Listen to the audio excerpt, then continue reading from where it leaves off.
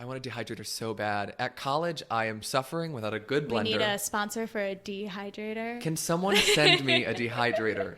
I will sponsor you. I will not pay a discounted price for it. We've already been over this. No. But I will plug. Yes. You don't even need to pay me. I'll just take the dehydrator. That's what my worth lies at with wanting that. Hello, and welcome to Given the Platform, a show where we give unsung people the chance to flaunt their extraordinary passions and knowledge. Do you have something that you want to be given the platform to talk about? Contact us at giventheplatform@gmail.com.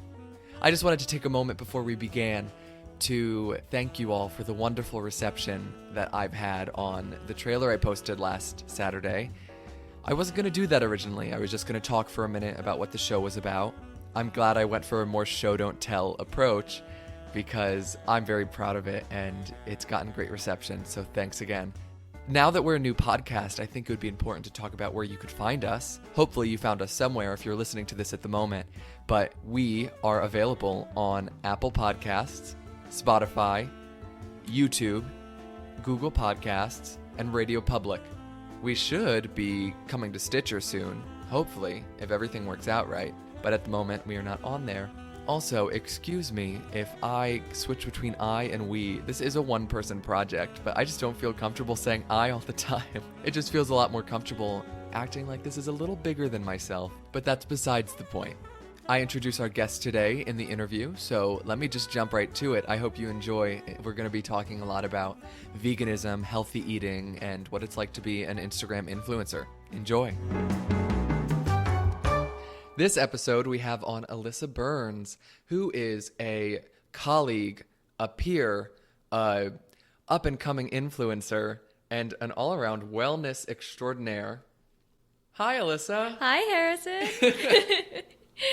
How are you? I'm great. How are you? I'm doing great. We just had a great time yes, we did. Sorting out several audio issues. Mm-hmm. I am not a techie for a reason. I am on stage, not behind stage, because I'd burn this theater down if I was forced to work backstage. Great.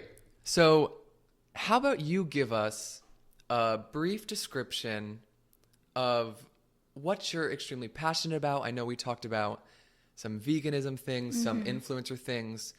Kind of wrap that all into one umbrella for us before we go any further. Yes. So I'm extremely passionate about healthy, happy living. So in addition to being a musical theater major, along with Harrison, I focus a lot of my energy on creating just content that shares living a positive, healthy lifestyle through doing wellness influencing, travel influencing, lifestyle blogging, and I'm also getting certified to be a health coach right now as well. So just kind of spending my time doing that right now.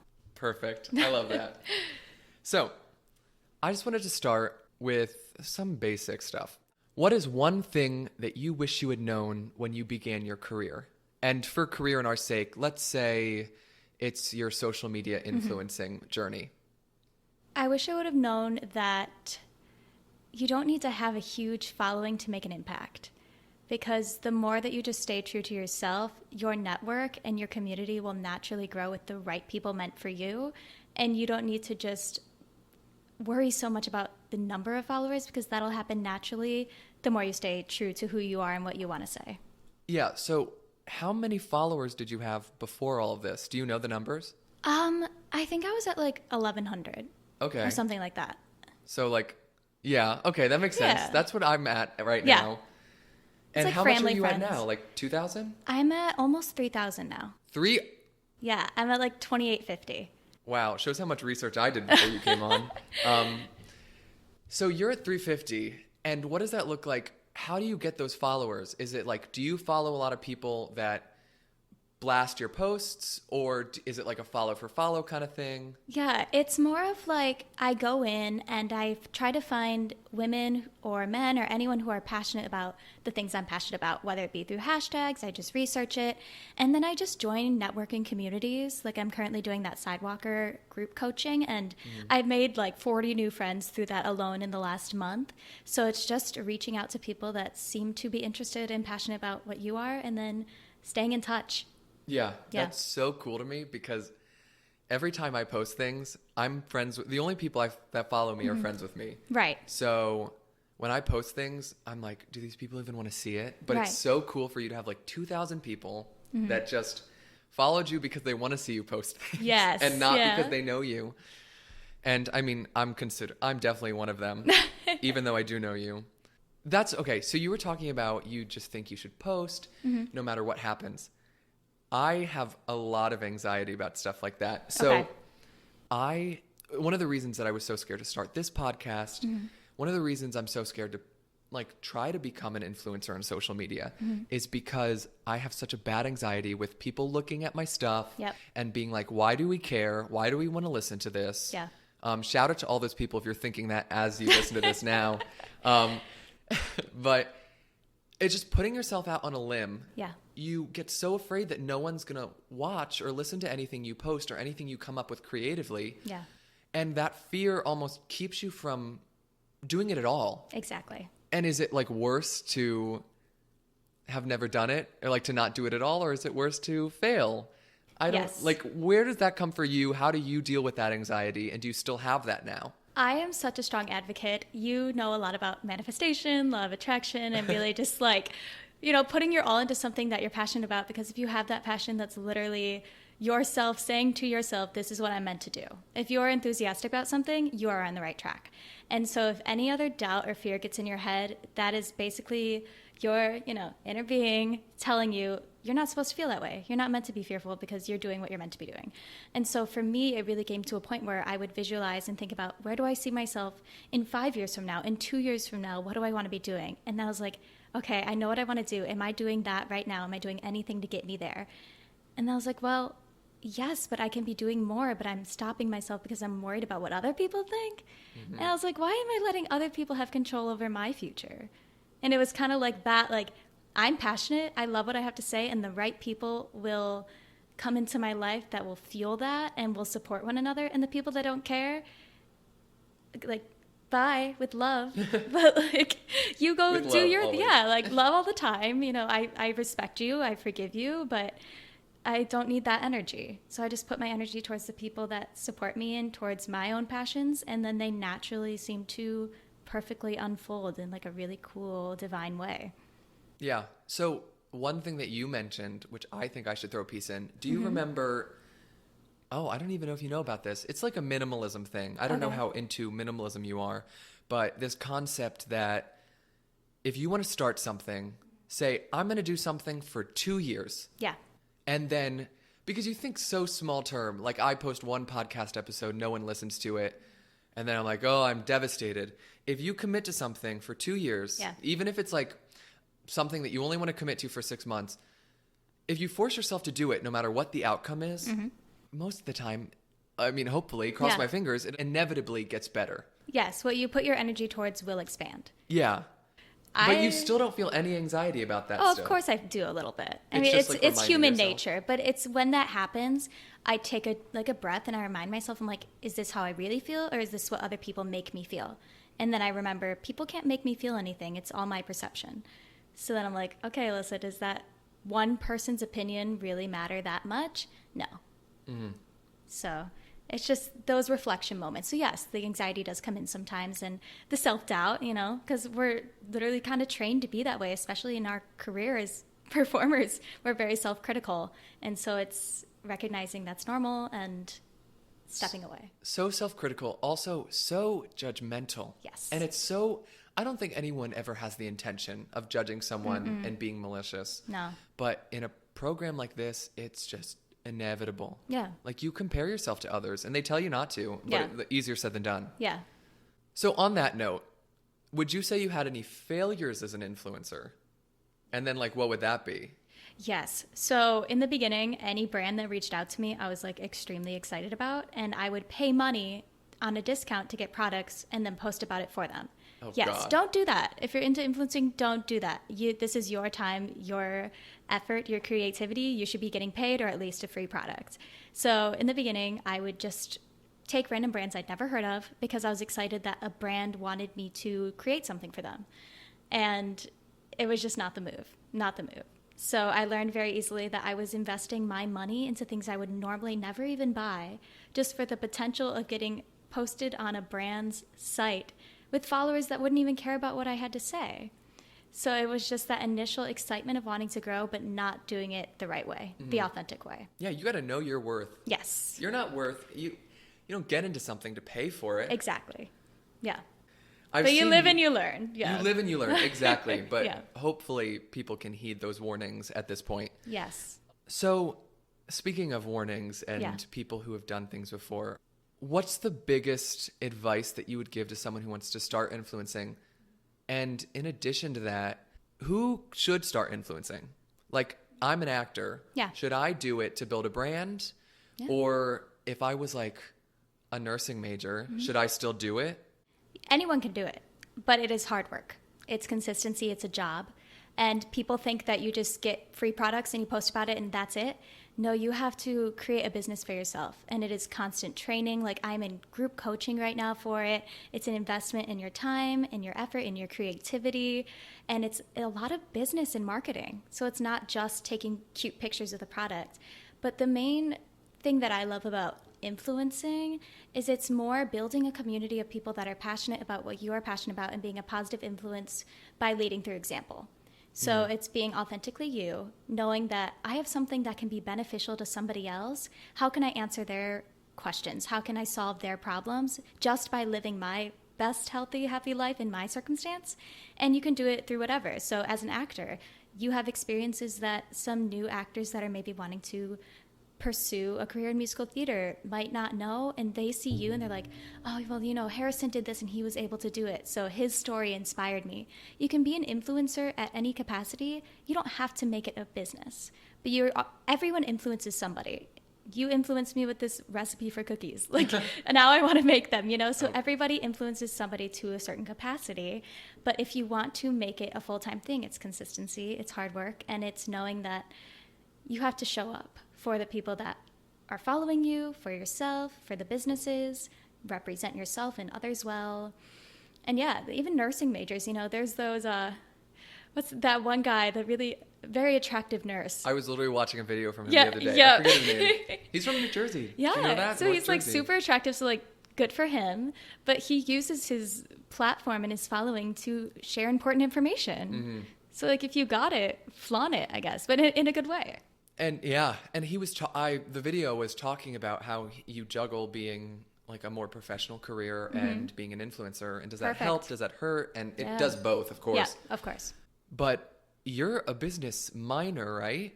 Are you? I was going to do nutrition minoring, but now I'm doing the IIN health coach certification. So you instead. don't need to. Okay. No. I was just wondering because business. I just feel like would you go into a business minor to learn, or do you feel like you've already learned so much by doing it on your own as an entrepreneur? I would, but I feel like I need something tailored to what I'm doing, because general business can be a business for anything, but the business of social media is so new and it's so growing that I invested in coaching and certification through people that know the business of influencer marketing. Mm-hmm. Yeah. So on the note, like dealing with wanting to do a business minor, not wanting to, my parents, by the way, did not need... they went to school for, I believe, accounting, engineer. I think my dad was an engineering major, and they ended up being entrepreneurs. Yep. And for karate, not even for anything engineering wise. So like you really don't need to always pursue the things that you go to school for. Mm-mm. Sometimes they're complementary. Luckily, you having a brand as an MT is so good. So you aren't getting schooled at school for this. You aren't getting educated here. Yeah. What resources did you appreciate having, and what resources did you use to get where you are and learn what you know today? With influencing? We're on the topic of influencing. Let's get into health, lifestyle a little bit later. But yes, influencing. So basically, this is outside of school we're talking. Okay. Yes. So I would just watch YouTube videos on anything that I was interested about, and I fell down the rabbit hole of just finding other influencers and YouTubers that talked about what I was interested in, and then I would dive deeper and read blog posts, and then now I'm doing the IIN health coaching, which is going to be so amazing to actually be able to talk about health and wellness from an educational perspective, not just here's what I've accumulated through YouTube videos and everything. So there's that. Word of mouth, reading books. Honestly, what's helped me so much is just the clarity that comes with focusing on what you want to focus on and giving your energy towards that, because then naturally I would be reading a story and like the next page of like some magazine would be something that led me to the right link to meet the right person. And it's just like being in that receptive mode of saying, I see myself doing this and I dream of it, gave me the right signs, and then they just naturally unfold. I don't think I ever really actively looked for it. Even the Sidewalker Daily influencer coaching that I do, I was on YouTube one day looking up something, I think completely unrelated, just a travel vlog. And this woman came up that talked about how to grow as an influencer. I clicked on it and now I have her phone number and we have phone calls together. So it's like this really cool thing of, I was watching her and I'm like, she would be so cool to know. I wish I knew her. And then less than 2 months later, now she's a connection asking me for help with things. That's so cool. It's really cool. Wow. That's the fact that you went from YouTube to texting. That's what I like, because that's kind of interesting. You never see those people, or people that you will become friends with. What books would you say specifically helped you? Like, can you give any recommendations? Yes. I'm currently reading Ask and It Is Given by Jerry and Esther Hicks. That one I had read, and You Are a Badass. Definitely read that one. And You Can Heal Your Life is a really great one for wellness overall and like healing your body before any symptoms even come up. Like it's like very preventative action through spiritual mental work. Have you listened to any podcasts? Any good podcast recommendations? Yes. It's like Magic, Money, and Manifestation. I think one of them is. And then... And there's one that's like completely unrelated to what I do, but it was like, it's basically talks about relationships and love. I'll send you the name so you can put it in the bio of this, but it talks about, because sometimes you need to just listen about things that aren't about work and just like get clarity on that. But yeah. So you mentioned a lot of manifesting. How much would you attribute that to the success you have? Because manifesting is a pipe dream for me. Yeah. It's a lovely thing to have. Yeah. It feels like a magic key to everything you want. Yeah. However, I've been taught that I've been taught that you work and you get what you work for. Yeah. And you don't wish for it and then it magically happens. Correct. So how would you tie manifesting into your success you've had as an influencer?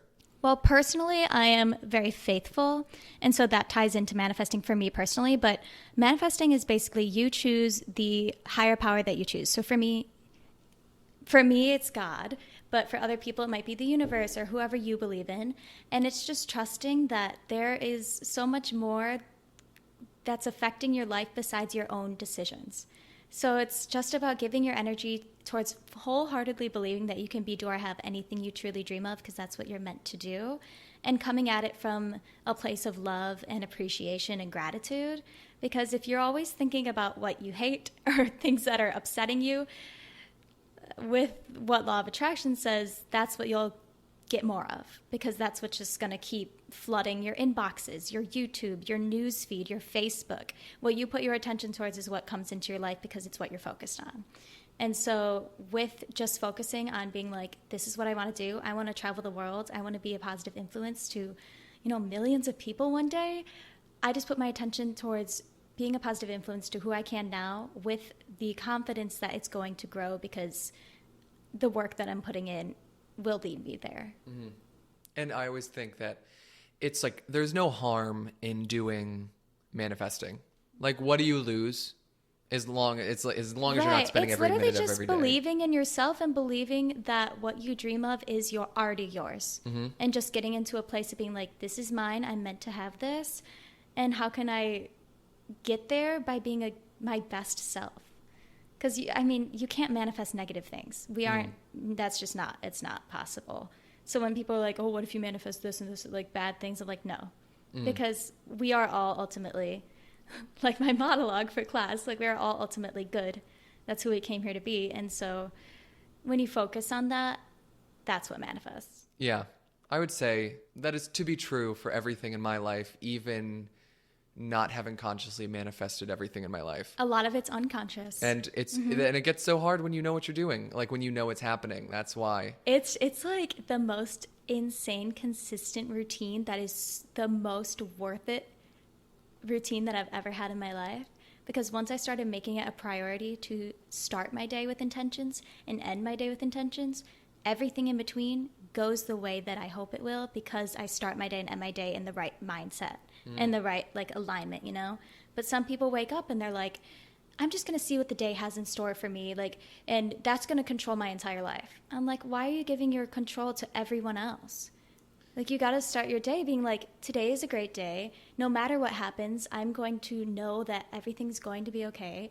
And, you know, obviously in the world right now, things aren't ideal. Like, a lot is going on that's not okay. But instead of feeding into that so much to where it tears down your energy, you can't be of service to anybody else. If you're in a place of, like, such anger and resentment yourself, but you want to save the world? How are you going to save the world from a place of anger and hate and resentment? You can't. So it's like deciding I have to get myself into a place of alignment, and then I can go out and change the world. And so, it all starts with you. And the concept that someone can control your day so easily, they say, why would you let 10 seconds of your day, like 10 seconds of something wrong going on in your day, ruin 24 hours. 24 hours. Yeah, exactly. Yeah. Easier said than done. It takes practice. Easier. Yes. Yes. And I will not diatribe into how I know that's true. I'm still learning, yeah. So what is one common myth about influencing that you want to debunk? Big brands won't work with you unless you have millions of followers. That's not true, because you can pitch yourself to a huge name brand with your creative content and like show them a portfolio of what you can do, and you can get partnerships with brands for that solely. You know, you don't have to just use your influence. You can be an influence and a content creator. So your editing skills, your videos, everything that you put into your posts already, you can pitch to a brand and say, I have a smaller following. You don't even need to say that. But here's what I can do. I can do amazing things. I can create such amazing content for you. And they'll work with you. Like, really big brands will work with you. Yeah, what's crazy to me is that with other professions, your success is defined by how well you do your job. When it comes to influencing or anything that requires people listening to you, people liking you, especially with theater, a lot of people tie value not to how well they do things, but how many people know them and how famous they are. Right. So it's kind of crazy. And with influencing, a big part of your job is reaching out to people. It is. So it's even harder to draw that line between how many people you have to reach out to and how good you are at what you do. Yes. And well, something that's annoying is some people that claim to be influencers buy their followers and have bots that like their stuff. And you know, because someone like that has 10,000 followers, I'll look at and like, well, they have so many followers, and then they only get 57 likes. It's like, obviously a brand's going to look into that. So you don't think just because someone has a high follower rate, it's about the engagement. It's about how many people are liking your stuff, commenting, responding to your stories. You have to test that every day. That's why I do things like I put polls on my stories so often. I'm like, who's paying attention? Who's actually wanting to engage with me right now?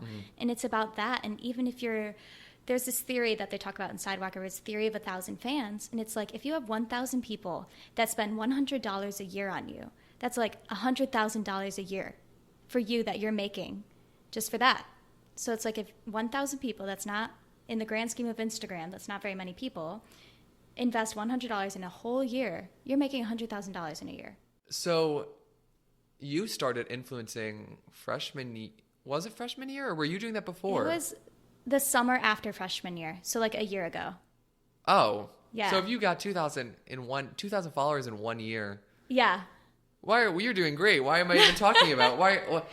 You don't need, of course you don't need all the followers to feel like a successful influencer, but you got the followers, especially. It's growing constantly with the more consistent I am, and the more clear I am on my niche. If you're just like talking about your life in every capacity, what my secret is, I still have a bunch of friends and family that follow me and know, my goal is for everyone who follows me to know me as me and feel like I'm a friend. I never want to be someone that's unapproachable. But at the same time, I have friends' birthdays I want to post about, shows I'm in, I want to post about it. So what I do is I put that on my story. People know what I'm doing in my everyday life. And then my main posts are dedicated to saying the things that I'm trying to share. But always relate everything somehow back to wellness. If I go to the city on the weekend, my wellness is I took myself on a date, and like I'm very grateful for this time with myself to be living near the city. I always tie it back to wellness in some aspect. It's all about filtering everything back to your main quote unquote niche, which is your topic. So mine's wellness, but somebody else might be fashion. Somebody else might be musical theater. Like it's what do people come to you for? That's your niche. Oh, I thought you were asking me. Oh, well, yeah, you could answer that for Jokes? Yourself. Not really. This podcast soon. Oh, this podcast. Yes. That's my niche. Audio entertainment. Beautiful. So let's dive into the wellness aspect. Yes. We've talked a lot about influencing, but there's so much more to go into. Yes. So you are vegan. No, it's only been 2 months. It's only been 2 months. Yes. So what were you before? Were you pescatarian or just... I liked healthy eating, and I didn't eat dairy. Mm-hmm. But I wasn't so strict on it to where if there was a little bit of like shredded Parmesan on my pasta, I wouldn't eat it. So I wasn't very strict on it, but I wouldn't sit down and have a glass of milk or a carton of ice cream. I get that. But that was more because it just was like causing me to be bloated and like didn't do good things for my skin. It was more just trying to improve something by giving it up. But then over the summer, having a kitchen is a lifesaver. When you're in college and you're living in a dorm room, being vegan is very difficult but possible. But I didn't try it because I didn't know I wanted to do it. It was something that kind of opened a door for me this summer because I was watching a bunch of vegan YouTubers. And I was like, I already eat like this half the time anyway, unintentionally. The only reason I ate chicken is if it was in my house, and that's what we had. But it's not like I loved it so much, all this stuff. And then I watched the documentaries, and I'm very much an empath. And so I watched these documentaries, and I didn't realize just how much the meat and dairy industries were affecting our environment, were affecting animal cruelty, were affecting our bodies. So many diseases, like in America, especially in Western diet culture, are caused from meat and dairy products. And I didn't know that. And so, especially diabetes. Diabetes is like the number one disease that is caused by your diet. And so after seeing how so many people, when they transferred to a plant-based diet, got off all their medication, I'm like, I'm always a person where I'm preventative action, not have to take medication in order to fix a problem. I want to be able to coach people and help people be so healthy and so happy and like holistically healthy and happy that you never have to even go take a medication because your body just knows how to take care of itself. And so when I started the vegan diet, just as like a 30-day challenge, I felt so much more energy. I felt better about what I was eating. I've never learned how to cook until I did that, which is so funny because I just wouldn't make anything. So I was like, oh, I'll have a rotisserie chicken, or I'll heat a sausage on this skillet or something. It was just easier. But now I'm at a point where being vegan is just as easy, but I get creative. And it sparks creativity in me, which as artists, we're always finding creative outlets. And for me now, food is one. And I've always had a passion for food, but now it's like not only my passion for creativity, it's become a passion for doing something good for the environment, for animals, for our bodies. And even just seeing the way starting to go vegan is like affecting my influencing now is like so interesting. Because now I always wanted to do travel influencing, but I didn't know how I was going to incorporate wellness. Then I discovered there's like places that are specifically vegan for like hotels and resorts and stuff. So it just started opening a lot of doors where I was like, this is something I'm meant to do. Yeah. So I saw your ice cream posts this summer Yes, about all the vegan ice creams. I was like, well, of course, where you're from, it seems like you have a pretty like hubby town area, like downtown area where you can find all those a little more interesting, like not like your stereotypical like diner. Yeah, Detroit's stepping it up. Like Olive Garden. Doing good. Yeah. Also, I just think it's so important to emphasize the fact that vegan cooking isn't hard. It's not hard. People think it's gross. They think vegan is just like vegetables and tofu. And I'm like, honey, let me cook something for you and I'll change your mind.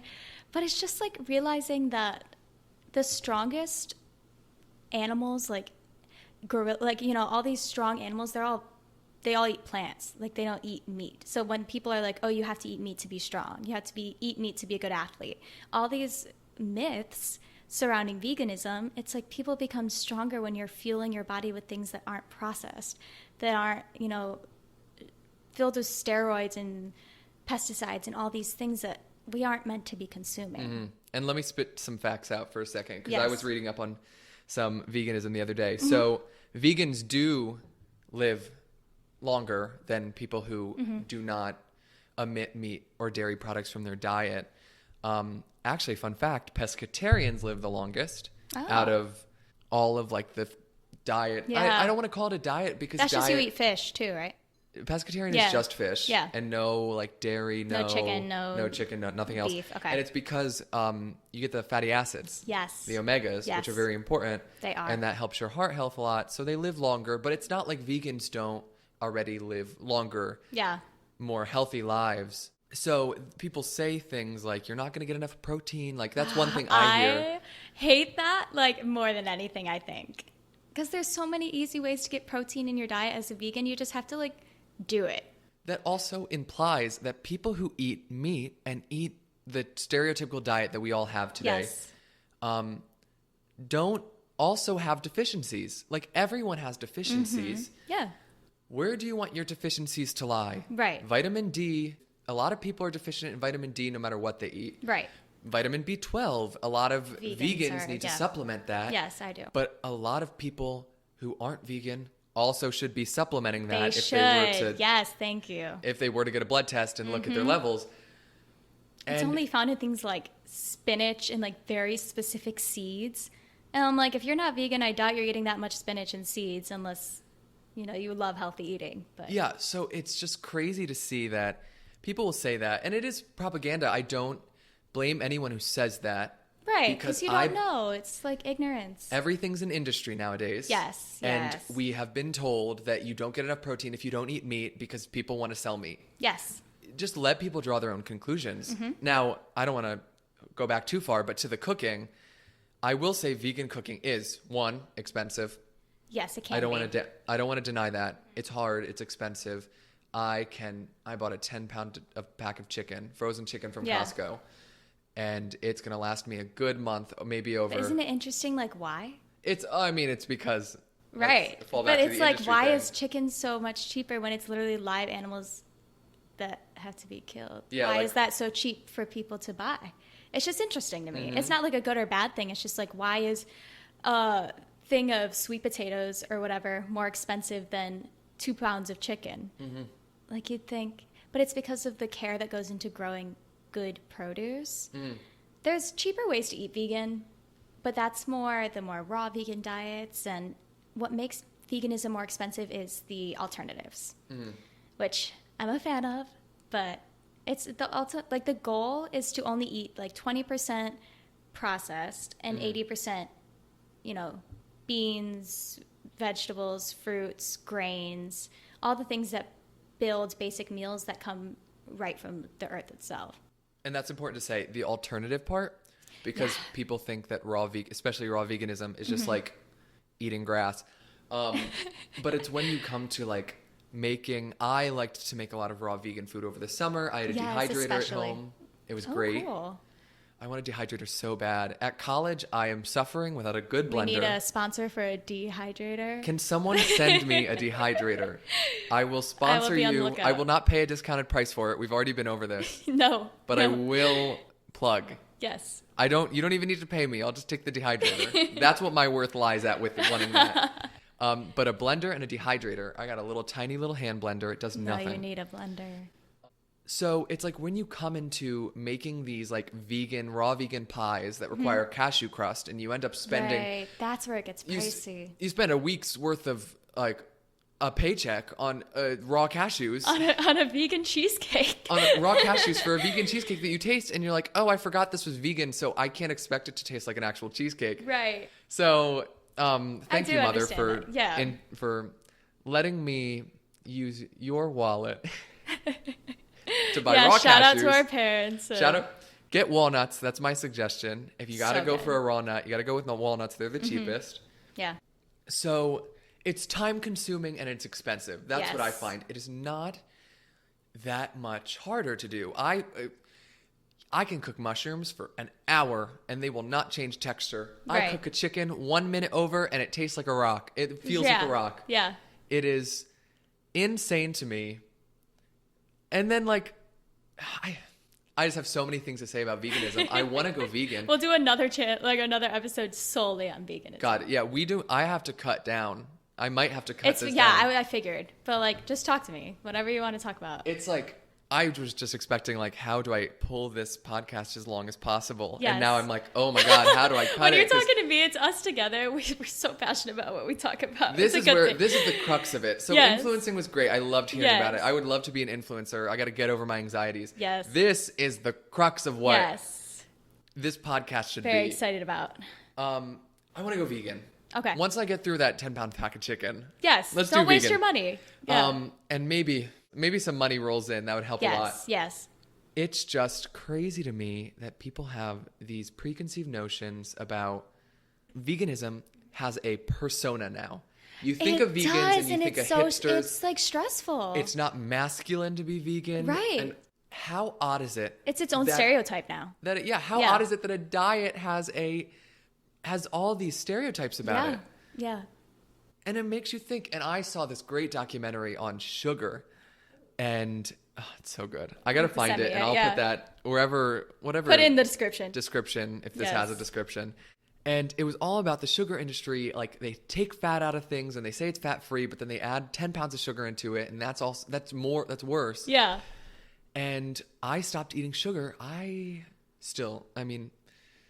And another thing that comes with following these diets is that you have to go home to your family. And if your family doesn't do it, it's impossible. Yes, that's a whole nother thing. I would cut sugar out of my diet as much as I could with my family, but my family doesn't care as much as I do. That's just like and you love them so much that it's like, I want you to understand where I'm coming from because I will benefit you in so many ways. But yeah, I get it. And then it's like, it's just so crazy. And then they might judge you. Yeah.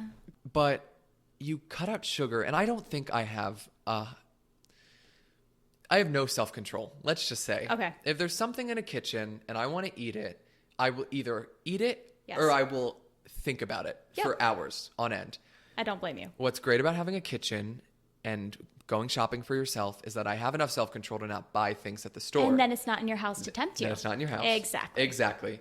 And I'd rather chew on like 90% cacao chocolate with 0% sugar and be like, this kind of tastes like a rock, but it is chocolate. I'd rather do that when I have a craving because it does satisfy the craving. Yeah, it does. But it's just so hard to do it at home. So if you're at home at the moment and your diet sucks, it's just your family's fault. It's hard. It's not going to be easy because, of course, you want to be able to. You don't want to be a quote unquote burden. Like, you don't want to be the person that causes everyone to have to make a different recipe because you don't eat animal products. But at the end of the day, just come at it from the approach of knowing it's your responsibility. This is my choice. If you decide to make chicken for dinner, great. I'll get the vegan chicken nuggets at the store and I'll pop them in the oven. I'll eat everything else.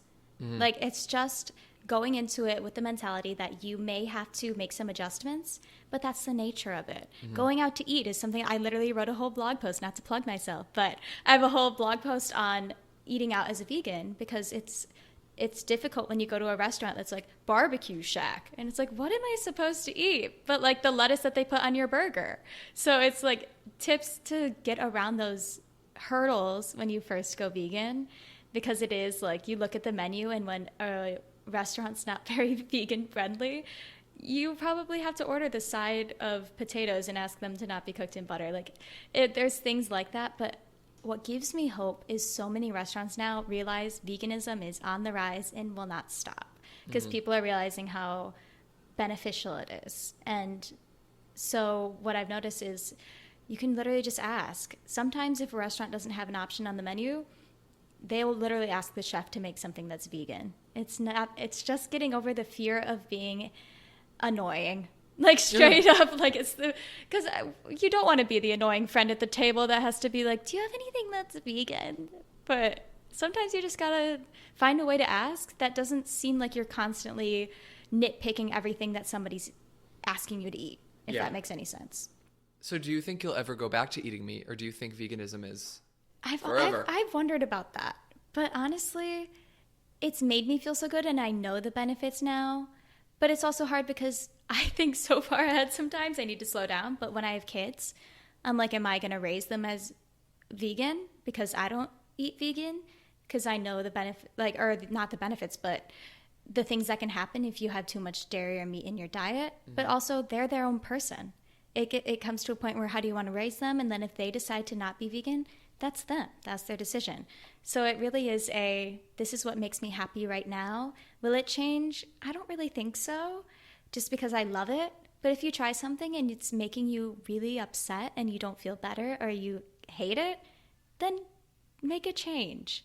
Don't ever force yourself to be following a diet or anything, because that's where, trigger warning, but that's where some eating disorders can begin to develop when you become so mentally consumed with the diet that, and speaking from certain experience, it's like there's such a specific stigma around what you eat and your diet and everything. And so it's just breaking that down and being like, what do I eat that makes me feel good, fills me with energy, and makes me happy? And those are the 3 questions that you should be asking yourself when you're deciding what kind of diet, quote unquote, that you'd like to follow. Yeah, and are you eating to live? Are you living to eat? Yes. And you can do that as a vegan. Some people are like, I don't want to go vegan because I just want to, like, what is it? Eating to live or living to eat? Yeah. Yeah. So it's like, people are like, I just want to live my life and eat whatever I want. And it's like, okay, you can still do that. And, like, you can still eat vegan and eat things that make you happy and, like, have those little indulgent days. It just won't have any dairy in it. I don't think it's that big of a deal. Yeah. But that's me. Yeah. Because I'm at a point where I'm comfortable with it and now. Of course, you're not the type of person to ever look down upon someone because of how they eat. Never. That's so important. Those vegan, I will say vegan culture can be toxic. And the reason it's created this idea of it. Like if I'm sitting next to someone eating chicken, I'm like, okay, I don't do that, but that's you. Well, who am I to tell you what to do with your life? And people will, if they are judging you for what you're eating, what kind of person are you? Get a better hobby. Exactly. Become an influencer. Agreed. Okay. Become an influencer. Like, take your time doing something else other than worrying about what's going into someone else's mouth. That is true and relevant for every aspect of your life. Oh, God. Well, yeah. It transfers. For me, it's like, I got to transfer that. Sometimes I got to take a second. We all have work to do. Yeah. We all have work. Yes. But I always find, and I do eat meat. I'm not talking as a vegan. I love veganism. I think it's so cool. And I don't know if I could ever stop meat entirely. That's okay. I'm German at heart. It's in my DNA. Yeah. Coming not from an Italian, proven. It's like you love your cheese and your meatballs and yeah. Yeah, exactly. Yeah. And I can do things now. Like I don't buy red meat because I hate having to cook it and then it's not worth the time it takes to cook it. Yeah. And I can't stand like, that's a lot of fish. So like, it's already like, I just don't buy what I don't want to eat. I can see myself cutting out like chicken and salads and replacing it with lentils. Yeah. I don't know if I could ever take out meat, but I always want to live plant-based. That's good. That's a distinction my mom's doing too. She's like, if I go out to eat and I want a salmon for dinner, like once every 2 months, she's not going to be so strict on herself that she won't eat it because she doesn't see herself fully cutting it out. But she's like 98% plant-based. Like we sit down together we did it this morning, every Sunday, and we meal plan for the week. And so even having an accountability partner, if you want me to be yours, someone that sits down and is like, where can we take something that normally would be meat and let's just adjust it and try something else. Let's try a fun new recipe that's tempeh instead of chicken. Yes. Or something like that. And when you start just making those... Not to be confused with tempura. Yes, that happened this way. We had that talk. I was like, it's not shrimp. How are you eating shrimp? So our tofu, for example. Yes. Tofu's not gross if you cook it right. PSA, it is not just like a flavorless block of sponge if you make it correctly. It's all about learning the skills to preparing the food to make it taste divine and in a not that hard way. Just replace something. Just try it. Yeah. The other day I made vegan curry with eggplant. I hate eggplant and it wasn't that bad. That, I have to say that too. Things you think you hate are probably because they were prepared awfully. Yeah, you just because you or whoever made it sucked. If you had like for me, I would eat. I never would have seen myself eating half the things that I'm eating right now. Literally, even 4 months ago, the certain vegetables and like grains and stuff I'm eating all week now, I would have been like, absolutely not, never. But now I know how to make it right, and so it tastes good. Vegetables, when I was a kid, I would eat carrots maybe like once a week. Like I hated vegetables. So when people are like, I don't know, I could never see myself going vegan. I'm like, give yourself 30 days trying it and then see if you change your mind. It just feels so experimental to cook vegan. It just feels like I'm in science class. It's like a science class. Yeah. It's fun. It's creative. And if you go on Pinterest, you will be on there for 5 hours looking at just tofu recipes. Yes, let me just suggest, I will drop a few people if you have people you want to drop. Yes. Pick Up Limes. Yes. Great YouTube channel about it.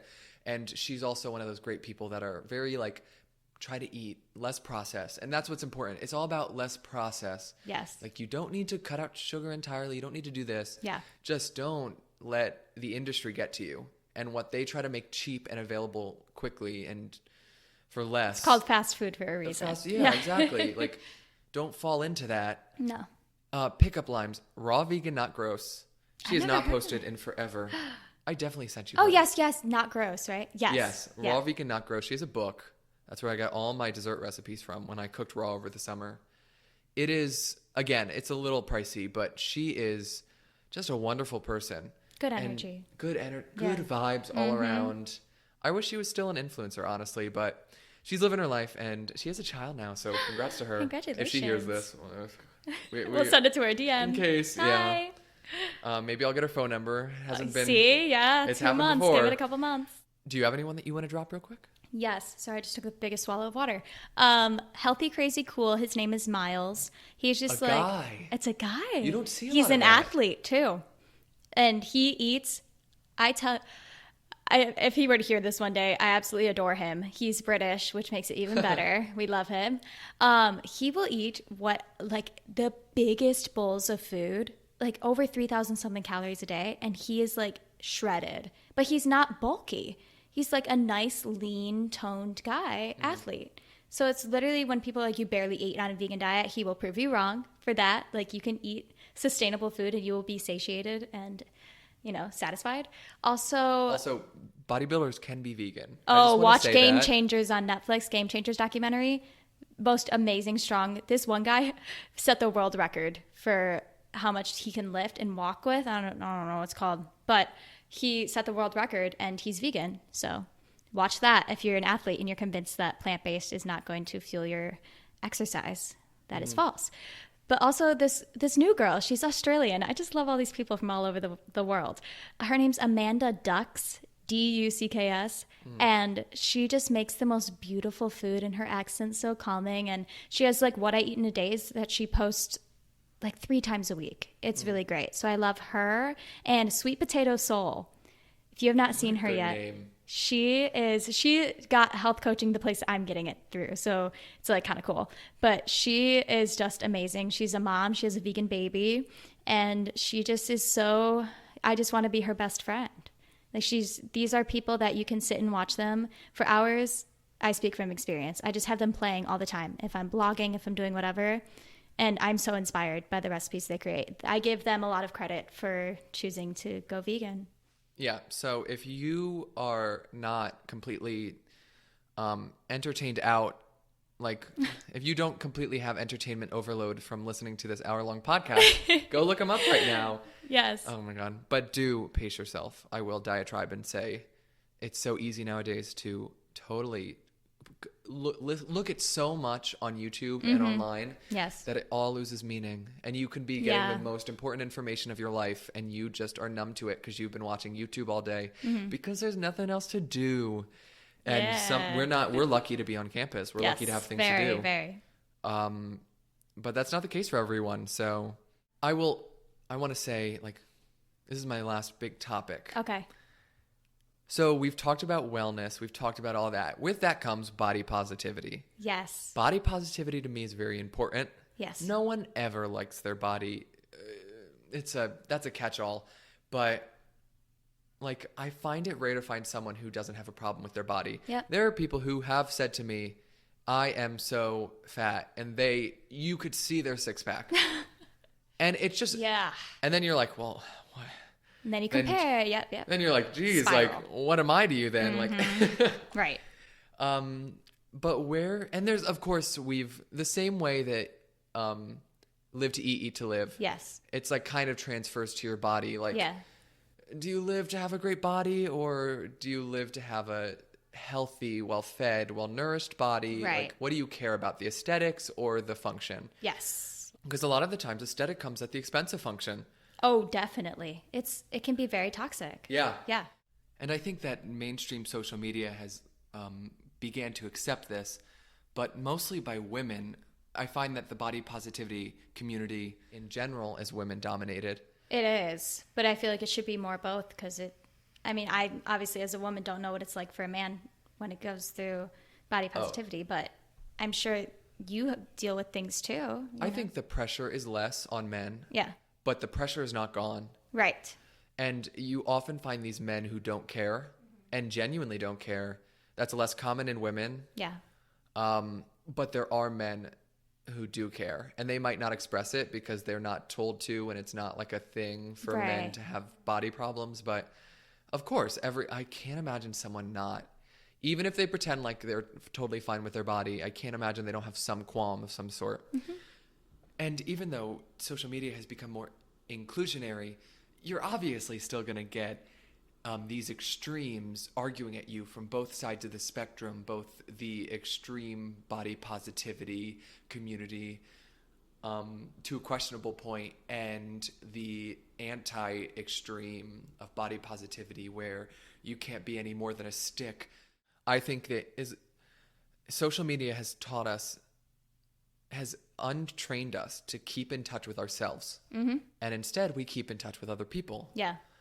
And I do love that we're talking about this on an episode that's totally about positive Instagram, yeah. positive, like influencing, be on. It just proves that mindset is the way you got to go. And let's just say now, if you want to be an influencer, you don't have to be on Instagram as much as you are as a viewer. Like you can just post. Like you do not need to feed into whatever toxic culture Instagram's explore page might give you. Find your tribe and then give your energy to them. Comment on their stuff. Just filter your feed. But it's so important to touch in with yourself. How do you feel? A lot of times we go through life not even thinking about how things make us feel. We put too much pressure on ourselves too. Like, just take a second, like listen to the end of this podcast, and then afterwards, not now, but afterwards, take a second to think about how does what you're eating make you feel? Right. And are you okay with eating meat every once in a while? Are you okay with eating meat all the time? Mm-hmm. Does that bother you now? And do you think it'll bother you in the future? Yeah. And can I add a question? Yeah. What do you know you should be doing now that you aren't doing that will benefit you? Yes. And that might come with anxiety. Mm-hmm. A lot of times you don't want to do things because you're scared of doing it. You grow when you're most uncomfortable. Exactly. Yes. Exactly. We're just preaching to the choir today. Yeah. And of course, all these things are better said than done. Yes. We all have our flaws. It is a journey. It takes time. I did not get here overnight. I still have so much more, so much further to go. But it's a day, like I said, I've emphasized this enough. It's a daily practice. And think about, people can preach. Yeah. When are they preaching? When are they being the most moral? It's when they're being introspective. So the more you are introspective, we have interoception, we have exteroception. Excuse me if I get those terms wrong. I don't think they are. It's our perception of what's going on inside of us, and our extero is what's going on in the world. Yeah. And sometimes you want to live exterally. If you're stressed at a party and you want to calm yourself down, you think less about what's happening in your head, because that's going to send you in a spiral, and you think about outside. But a lot of times when you're thinking just about what's happening outside of you, you're not focusing on what your body is telling you. Yeah. People love to preach, and people love to hate on people who love to preach. Yeah. Me too. I love to preach just as much as I love to hate on preachers. Not the actual preachers. You're doing a great job, by the way. Keep going. But it is... like, what does that say about you? You live introspectively as much as possible, touch base with yourself, and you will find yourself living, in terms of wellness, living a better life. You will show up as the full you, not the you that is only brought out by outside influences and external forces. Check in with yourself. Yeah. Before you judge someone else, what are you actually saying about yourself? Mm-hmm. Meditate. I cannot emphasize that enough. Meditate, please. That's about to be a motif in a lot of these podcasts. Meditation is so important. That's a whole nother topic. Oof. We're just touching on all of it. I mean, wellness, it's at huge. the crux of wellness is keeping in touch with yourself. Yes. You can eat healthy, you can meditate, you can journal. At the end of the day, what all of that is touching base with who you are and what makes you feel good. Yeah. Okay, so Do what makes you feel good. And this was great. We got into a big... This is some good on discussion. the launching pad episode. Launching, I was so afraid. Speaking of nervousness and putting yourself out there, like, I'm so happy this went well, other than the fact that the first 30 minutes I was looking I was dead. enjoying my nice vegan cookie that Harrison made. Yeah, and I was... technical...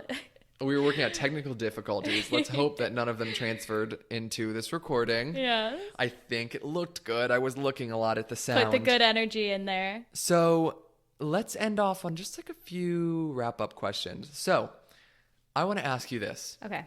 If you were interviewing yourself, say you were me. Yeah. What question would you ask yourself that I didn't cover? Ooh, that's a good question. I know, I was just so good, right? Oh my gosh. Maybe about my daily routine. Like, what do you do every single day that helps you to show up and be your best self every single day? Yeah, okay, let's get into it. Oh, okay. I wasn't going to let you ask it and not answer it. Oh, okay. We want to give the people what they deserve. Yes, my daily routine. Okay, first of all, start small. Don't jump right into this because it will overwhelm and you will not stick with it. I wake up, I do a tapping meditation, which I just started, 5 minutes, wash my face. What's a tapping meditation? It's like... Not like tapping. It's like tapping. Like you tap on the chakras and then it like releases negative energy. I was like, I put on my Ladukas. No. Get out the floor. Actual tapping. We do that later in the day. But this one is like, it's setting up... It's literally, I use one through this Tapping Solutions app, and it's called Turn Your Day Around, Create a Great Day. So you say during it while you're tapping on these chakras, like, I release any negative expectations, I release the past, I decide now in this moment, today is going to be a great day. I come in with positive expectations.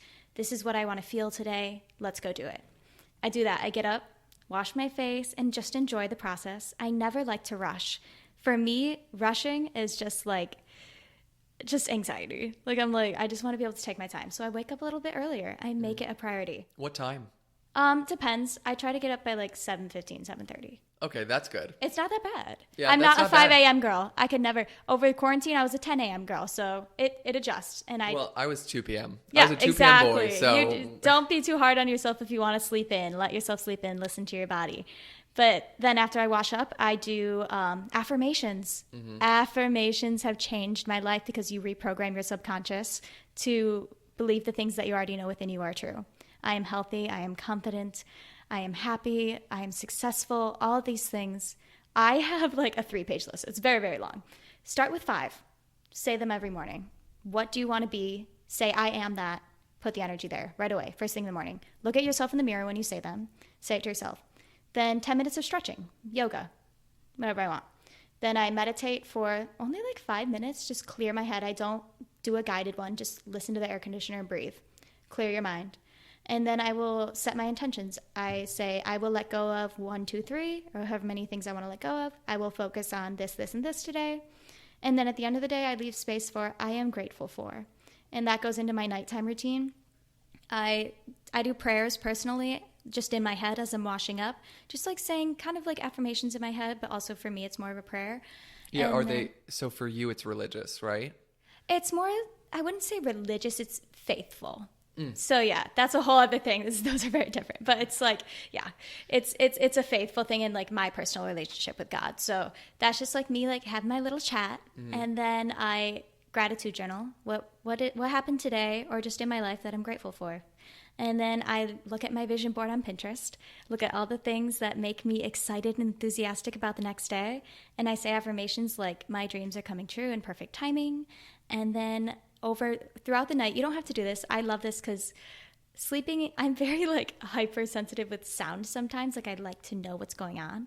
And so sometimes that can be hard to sleep with. Mm-hmm. So I play like meditations while I'm sleeping that are supposed to reprogram your subconscious. So I do ones for manifesting your dream life, self-love, getting rid of stress, and it just plays, and you don't even hear it once you fall asleep, but your subconscious hears it. So then you wake up and it's like your brain is literally reprogrammed to believe the things that are being said in your meditations. So it's just coming up with your own routine that sets you up for the day and nicely closes the day. Also, just going to point out, I'm sorry, I'm making this so long.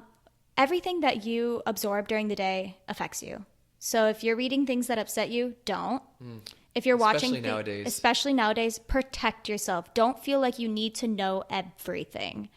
Okay? Be educated, be respectful, love one another. But if there's something that you read and it viscerally, like you feel feel negative energy, get out of it. Just protect yourself and like be responsible for that. And before you go to bed, maybe don't watch a horror film. Every now and then, sure. But things like that, like that's what you're going to dream about. And then you'll be all freaked out and you'll be like, oh my God. But so I watch like a funny show or TikToks. Not going to lie. TikTok makes me very happy. I'll scroll through that for 20 minutes. Then shut your phone off at least a half hour before going to bed. Don't look at blue light. If you have to, blue light glasses. And yeah, that's what I do every day. I could only dream. It's one step at a time. I started with like 5 affirmations and like a 5-minute meditation. And then it feels so good. You're like, what can I add on? But also, we don't always have an hour and a half in the morning. Be adjustable and realize that sometimes you only have time for the first page of affirmations and a 5-minute meditation, and you have to go to work really early. And it's the cynic in me that's going to ask this next question, but you don't think you're wasting your time at all? No. Really? Because that's time, I will say this sounds time consuming, yeah. But days where I don't necessarily, like there's been days where I've woken up, like even this morning, for example, I had a dream that kind of freaked me out last night. I don't know where it came from. I was watching Soundtrack, the show on Netflix, and it was like a car, like it was like a creepy scene. It was just like a hospital scene or something like that. And I think that affected my dream because I'm so in touch with the things that I absorb. And so I woke up and I was just like, I didn't like that dream. And so when I went through this process, I was like, I feel so much better because I got realigned with the things I know to be true. And like, I just felt comforted. But for me, that's my process now. Some people I've seen, they're like millionaire morning routines is what they're called. It's the most successful people have a set routine that they follow. Some people have like 2.5 hours. Some people have 20 minutes. You make it work for your schedule. Whatever you can do to just get into that alignment and decide I'm going to create a great day for myself, just do it. It's really beneficial. It's like you control the day. Don't let the day control you, basically. Yeah. Yeah. That's a great, nice little cap off. Okay. So I have one final question. Yes. How are people going to find you online? What do you need to plug? I know you have a brand. You're an influencer. Yes. So you gotta sell it. Yes. Okay. So first and foremost, you can find me on Instagram at Alyssa__Burns. That's my wellness content, travel content, just all my fun pictures. I also co-own a blog called Finding Happy, which is about living a healthy, happy lifestyle. I post blogs once a week, sometimes twice if my co-blog owner posts a blog as well. And yeah, I'm also going to be a health coach soon. So if you're interested in having a health coach, let me know and I'd be happy to talk to you about it. That's amazing. And I can vouch for her Instagram. It's one of those Instagrams that you look at it and it's like, wow, she's so put together. It's wonderful. I try. Also, it doesn't just stop at her Instagram. I will say, even her Snapchats when she's watching a movie, like her private snaps that are like, just chilling, watching a movie, looks better than I look when I'm fully put together and done. I literally was nervous to come over here today because I was like, oh, it's a podcast. And I was worried about like looking okay. I was like, nah. I don't think that's possible for you. Oh my gosh. It's the internal work. Genuinely. And that's why I was so happy to have you on because you're one of the most passionate people I know. Thank you. It's the Pisces in me. Yeah, yes. And it inspires me. Not only are you inspired by yourself, but you inspire others, like even me. Like, thank you. And it's just so incredible to listen to you talk about wellness and what you love. Yes. And when I thought of this podcast, I thought about you. So I love that. Thank you so much for having me on. I appreciate it so much. You are amazing. Oh, stop. Oh, stop. We love keep Harrison. Going. But rate me on iTunes if that's where I end up putting this. Oh, 5 stars. 5.5. Well, I will bid you adieu. Thank you so much for coming on today. Thank you. It was lovely having you. Thank you. And I'll see you guys next week.